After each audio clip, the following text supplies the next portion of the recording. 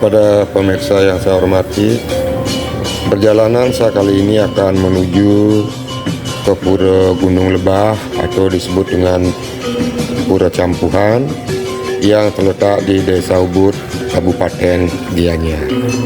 Keberadaan dari Pura Gunung Lebah tidak akan dapat dipisahkan dari perjalanan Dharma Yatra dan Tirta Yatra yang dilaksanakan oleh Maharishi Markandeya dari Desa Damalung di kaki Gunung Andiang, yaitu di Pegunungan Dieng yang berlokasi dekat Wonosobo yang merupakan Provinsi Jawa Tengah.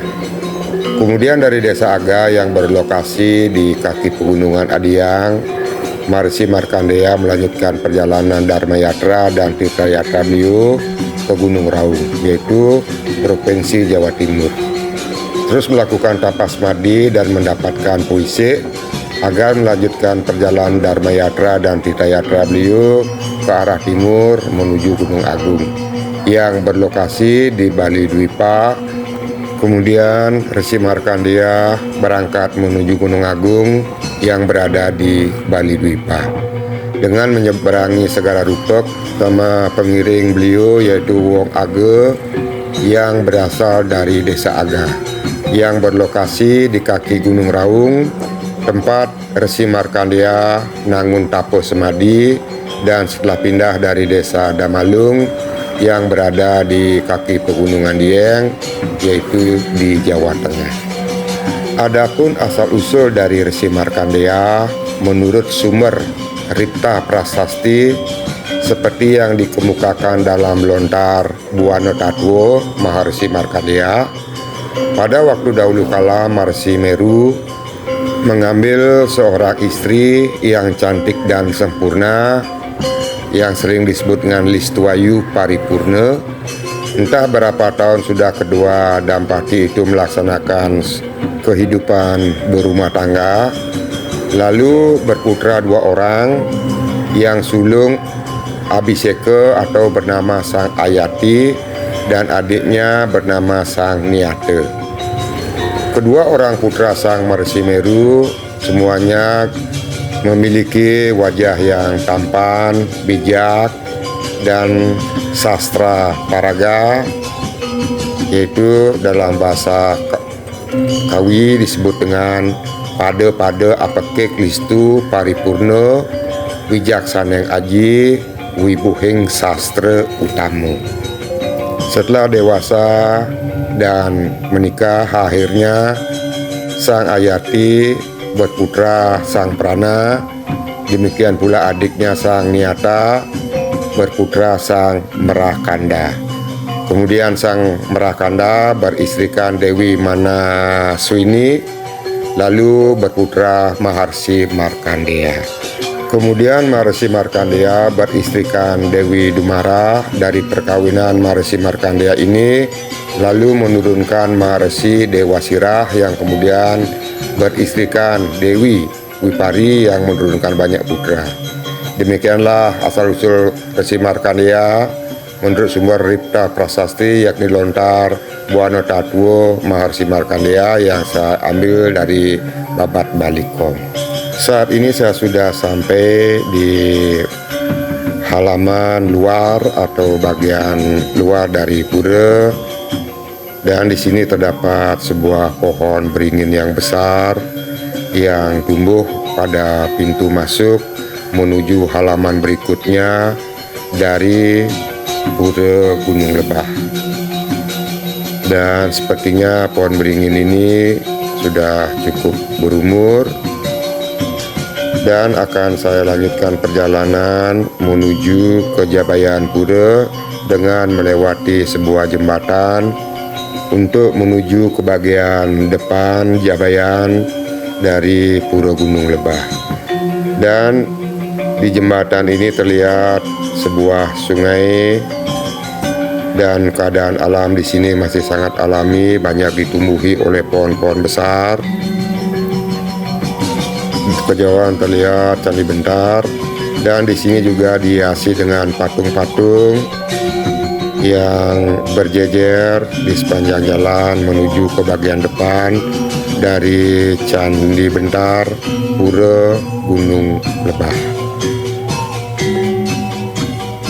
Inilah patung-patung yang ada di sini dan terlihat pemandangan alam yang masih sangat alami. Dan saat ini saya sudah berada di depan Candi Bentar yang merupakan pintu masuk menuju ke bagian Nistaning Mandala dari Pura Gunung Lebah, yang mana di sini dihiasi dengan patung dan sepertinya pintu tidak terkunci sehingga nanti saya akan bisa memasuki bagian Nistaning Mandala Pura. Namun terlebih dahulu saya akan melihat keadaan yang ada di sekeliling pura agar bisa mengetahui apa saja yang ada di areal pura. Dan di sini ada sebuah pelinggih menuruni tangga, dan ketika saya datang ke pura ini kebetulan keadaan sepi, tidak terlihat ada orang di areal yang sedang saya kunjungi. Kemungkinan ada merupakan jalur pariwisata yang lain yang merupakan jalur dari turis-turis untuk melakukan pariwisata. Dan di sini terdapat pelinggih yang merupakan pelinggih yang berada di sebuah sungai, dan terlihat ada sungai di bawah, dan untuk menuju sungai harus menuruni beberapa anak tangga agar bisa sampai pada sungai yang ada di bawah. Namun saat ini karena kebetulan ada hujan di pegunungan sehingga tampak air yang mengalir di sungai ini sedikit keruh disebabkan oleh hujan yang terjadi di hulu daripada sungai. Dan saya akan menuruni tangga untuk melihat bagaimana keadaan sungai yang ada di pura ini.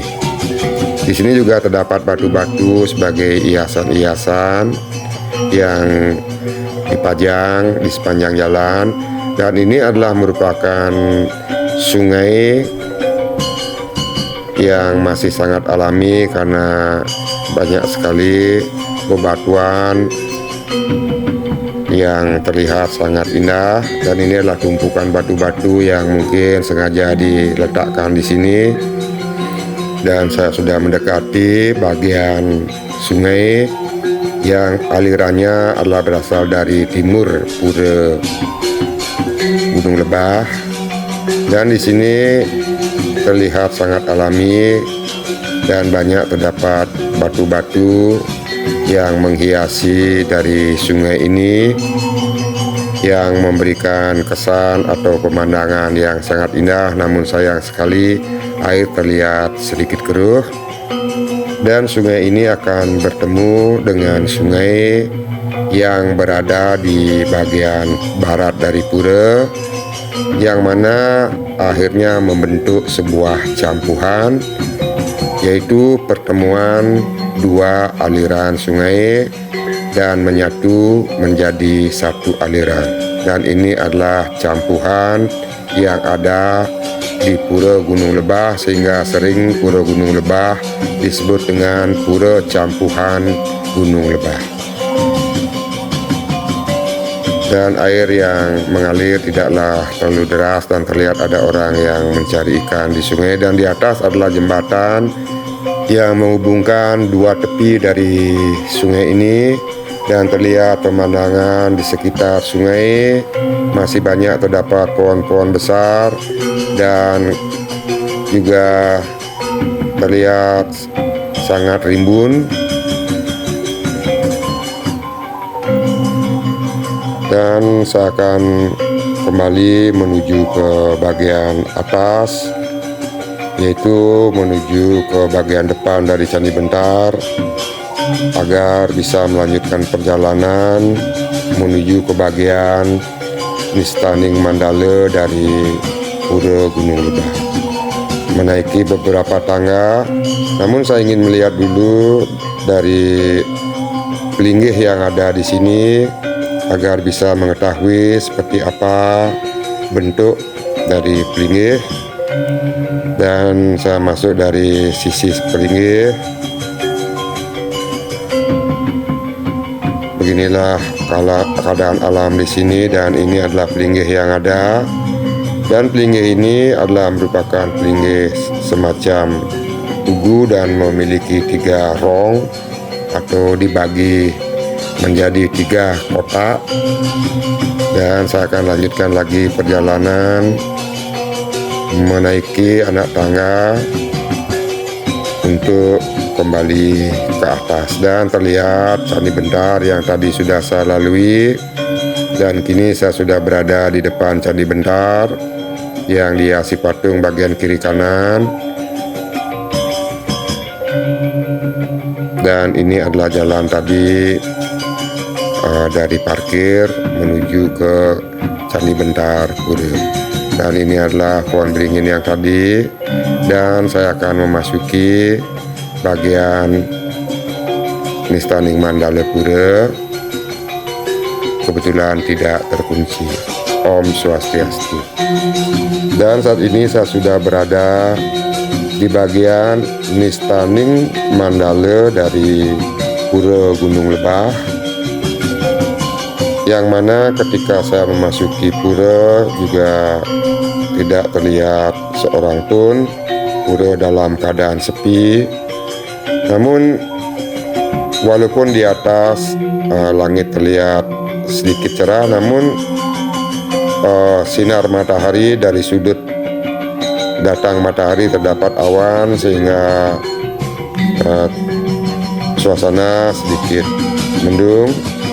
Dan inilah keadaan di Nistaning Mandala. Terdapat Candi Bentar yang menuju keluar di Jabayan Pura, dan ini adalah Balai Kukul yang ada di Pura. Dan di sini terdapat sebuah Candi Bentar, dan di bagian sampingnya juga terdapat Candi Bentar yang lebih besar dan dihiasi dengan patung-patung, yaitu patung raksasa yang memegang senjata. Dan di depan Candi Bentar ini terdapat pelinggih pengapit. Inilah patung-patung yang merupakan patung raksasa yang memegang gada sebagai lambang penjaga pura untuk menuju pintu masuk. Dan di sini juga terdapat sebuah Candi Bentar lagi yang juga sama, di depannya dihiasi dengan patung raksasa sebagai penjaga pintu masuk dari arah Candi Bentar ini. Dan di sini terdapat sebuah batu yang cukup besar, yang apakah itu diletakkan atau memang sudah ada dari zaman dahulu. Dan saya akan memasuki areal Madianing Mandala dari Pura Gunung Lebah melalui Candi Bentar yang besar.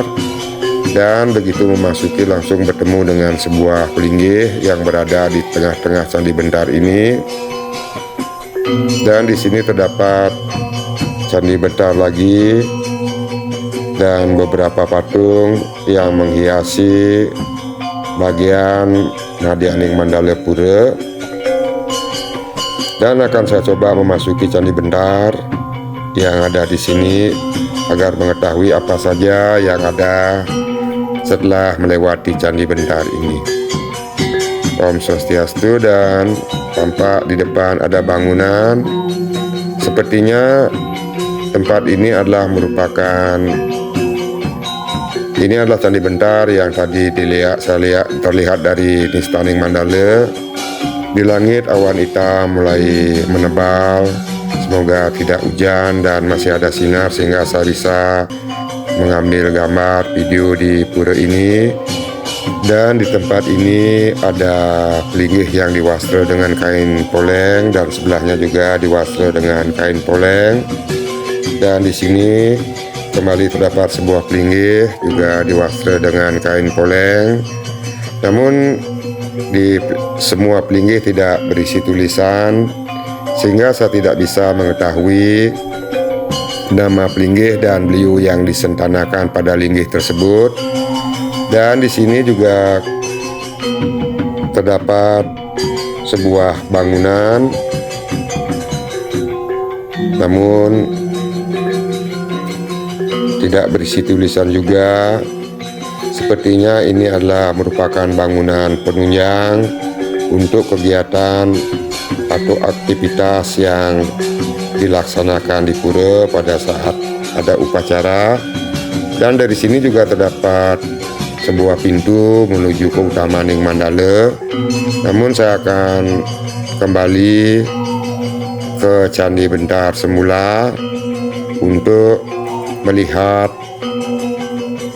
lebih lanjut keadaan di bagian Madianing Mandala dari Pura Gunung Lebah. Dan ini adalah keadaan di bagian Madianing Mandala.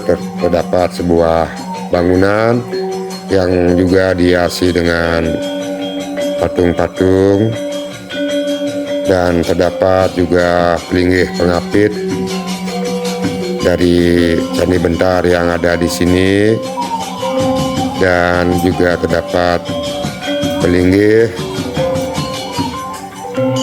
dan di sini adalah bagian sisi timur juga terdapat sebuah pelinggih, dan pelinggih ini bentuknya hampir sama menyerupai pelinggih yang ada tadi di sungai. Dan saya akan memasuki bagian Utamaning Mandala dari pura melalui Candi Bentar yang ada di sini, yang mana menghubungkan bagian Madianing Mandala dengan bagian Utamaning Mandala. Dan ini adalah Candi Bentar penghubung antara Nistaning Mandala dan Madianing Mandala. Dan ini adalah Candi Bentar penghubung antara Madianing Mandala dan Utamaning Mandala. Dan kebetulan juga pintu tidak terkunci. Di depan Candi Bentar ada batu yang ditumpuk di bagian kiri dan kanan dari Candi Bentar, yang terlihat seperti batu sungai yang ditempatkan pada sebuah lap-lapan batu. Dan saya akan memasuki Utamaning Mandala Pura. Om Swastiastu. Ketika memasuki bagian Utamaning Mandala daripada Gunung Lebah, maka beginilah bangunan yang pertama akan terlihat, yaitu aling-aling yang merupakan pembatas agar dari gapura atau Candi Bentar tidak langsung menembus ke bagian depan dari pura. Dan beginilah keadaan di bagian Utamaning Mandala dari pura. Terdapat beberapa tanaman Kamboja yang membuat keadaan di pura menjadi artistik atau indah. Dan di sini ada sebuah bangunan yang banyak sekali dihiasi dengan patung-patung. Dan di sini patung-patung karena merupakan bagian Utamaning Mandala bukanlah patung raksasa, tapi merupakan patung-patung widyadara ataupun memiliki tingkatan yang lebih tinggi dari patung yang berwujud raksasa. Inilah patung-patung yang ditempatkan di bagian bangunan ini, dan di sini tidak terdapat tulisan. Di sini terdapat kembali pohon Kamboja yang memiliki batang yang sangat indah, namun dari usia kemungkinan tidaklah terlalu tua karena dari batangnya tidaklah terlalu besar. Dan di sini terdapat sebuah kolam yang berisi patung-patung widyadari atau patung dewi, dan ini ada sebuah batu yang diwastra dengan kain poleng yang di depannya terdapat patung naga. Namun juga tidak terdapat sebuah tulisan sehingga tidak saya ketahui apa maksud dan siapa yang disentanakan. Dan saya akan menuju ke bagian Utamaning Mandala dari pura, yang mana pada tangganya terdapat dua patung naga di sebelah kiri dan kanan.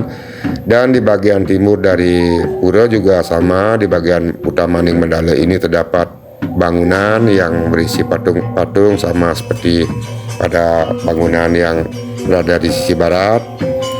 Dan jika naik di utama Maning Mandala, beginilah keadaan di bagian utama Maning Mandala yang terlihat dari atas. Di sini terdapat dua patung sebagai saat kita memasuki bagian utama Maning Mandala, dan terdapat pelinggih-pelinggih yang memiliki ukiran-ukiran yang sangat indah. Namun di sini juga tidak diisi tulisan ini adalah patung Dewi yang berada di bagian kanan ketika akan naik menuju utama Maning Mandala Pura. Dan ini adalah patung naga yang berada bagian kanan dari tangga saat kita naik, dan itu adalah Meru yang ada di sini. Terlihat Merunya adalah bertumpang 7. Dan beginilah keadaan dan terlihat ada patung orang suci. Dan saya kembali ingin melihat keadaan di bagian utama Maning Mandala dari pura. Kembali saya mencoba untuk turun kembali melihat keadaan di bawah sebelum nantinya meneliti atau mengambil gambar pada bagian utama Maning Mandala dari pura Gunung Lebah. Dan ini adalah bagian tampak depan, dan saya kembali menaiki bagian utama Maning Mandala. Terdapat patung benawang nala yang diikat oleh 2 ekor naga, dan di sebelah dari Meru tumpang 7 juga terdapat Meru, yang mana Merunya bertumpang 3, dan ukiran-ukirannya yang ada pada setiap linggih sangat indah. Ini adalah Patmo yang ada di sini, dan di belakang samping Patmo juga ada Meru yang bertumpang 5, dan ada Beyang bertumpang 2. Dan ini adalah bangunan yang tepat berada di tengah-tengah dari tangga naik dari pura.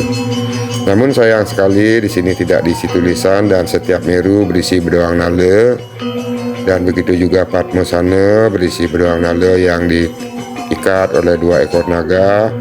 Dan di Meru tumpang 7 pun terdapat bedoang nala yang juga diikat oleh 2 ekor naga. Dan ini jika terlihat dari atas, dan kebetulan saat ini matahari sedikit bersinar sehingga keadaan menjadi sedikit lebih cerah dan bisa mengambil gambar sedikit lebih baik.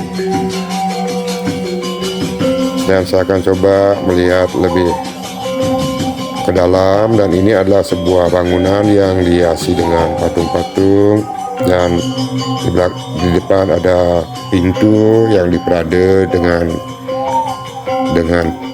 cat perada. Namun saya tidak bisa menjelaskan dari nama-nama pelinggih di sini agar tidak salah dalam memberikan penjelasan, serta tidak bisa menjelaskan juga siapa yang bersentana. Saya hanya menunjukkan saja kepada yang menonton video ini agar mengetahui bagaimana keadaan pura serta pelinggih-pelinggih yang ada di sini. Semoga bisa menarik minat atau keinginan untuk datang bersembahyang ke pura Gunung Lebah setelah menonton video ini. Kembali meniti sumber Ripta Prasasti, dikemukakan bahwa Sang Ila, putra dari Maharishi Trenowindu, sisya Maharishi Agastya yang bertapa di Jawadwipa Mandala. Demikian pula Sang Aridewa dan Anaka melakukan tapa semadi di Adiyang yang sekarang disebut dengan Dieng. Seperti halnya Maharishi Markandeya juga bertapa di Gunung Adihyang atau di Dieng, di Wukir Damalung di Jawadwipa Mandala. Setelah Maharishi Markandeya mendapat puisi, kemudian datang kembali dengan mengumpulkan 800 orang wong age yang membabat hutan, namun akhirnya gagal karena banyak gangguan sehingga tinggal 200 orang. Kemudian beliau kembali lagi menuju Gunung Raung dan mendapatkan pewisik lagi, akhirnya kembali lagi ke Bali dan akhirnya berhasil membabat hutan dengan menancapkan Pancadatu di Pura Besakih. Perjalanan Resi Markandia inilah yang menjadi cikal bakal adanya Pura Gunung Lebah, sebab setelah beliau dari Gunung Agung kemudian melakukan perjalanan hingga sampai di tempat ini yang akhirnya menjadi pura, yaitu Pura Gunung Lebah. Dan beginilah keadaan di sini. Sebenarnya banyak yang ingin saya ceritakan, namun keterbatasan sehingga tidak bisa bercerita lebih banyak lagi. Karena sudah selesai maturan dan sembahyang, kini saya pamit dari pura dan kembali ke tempat semula, yaitu di depan Candi Bentar yang merupakan jabayan dari pura. Dan semoga video ini bisa memberikan gambaran sehingga bisa mengetahui keadaan pura dan pelinggih-pelinggih yang ada di sini. Tidak lupa saya memohon maaf jika ternyata ada salah penjelasan, dan terima kasih.